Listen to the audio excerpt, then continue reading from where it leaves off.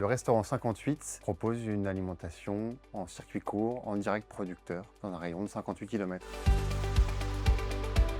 Le restaurant, il existe depuis bientôt 1 an. L'enjeu, c'est de travailler avec les producteurs. Donc, on a coutume de dire que c'est le maraîcher qui fait la carte. Côté approvisionnement, l'ambition, c'est de proposer 90% de la carte avec des appros qui ont parcouru moins de 58 km. De mon côté, après avoir travaillé pendant 5 ans au contact de chefs réfugiés, j'ai beaucoup ouvert mes horizons sur ce que pouvait être la cuisine. Et j'ai voulu aller plus loin avec des approvisionnements très responsables. Et mon chef et associé, lui, il a plutôt parcouru l'Amérique du Sud et des restaurants gastronomiques en France pour aller chercher de la technicité.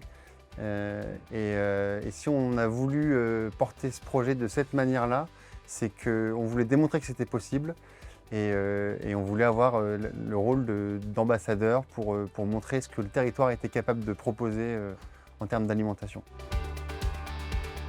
Alors, l'alimentation et la restauration, c'est un point de départ, c'est un point d'amorce. Il y a beaucoup de techniques ancestrales qui n'ont pas bougé pendant des siècles et qu'il faut se réapproprier pour mettre en perspective avec les enjeux du moment. On essaie de le mettre en place notamment sur toute la partie conserverie où on fait beaucoup de lactofermentation qui nous permet sans énergie de conserver beaucoup d'éléments, des légumes, des fruits. L'idée, c'est de faire le pont. Le fait d'être dans la trentaine, ça va apporter déjà de l'énergie. Et au-delà de ça, on est peut-être une génération qui s'est interrogée sur où allait la société, essayer de trouver des solutions, des moyens d'expression pour accompagner une transition, pour accompagner un engagement. Il nous paraissait important de s'engager sur cette thématique-là. J'avais envie d'entreprendre, je ne savais pas encore comment faire. J'ai eu la chance de rencontrer des entrepreneurs qui ont monté des projets d'échelles différentes, profondément engagés.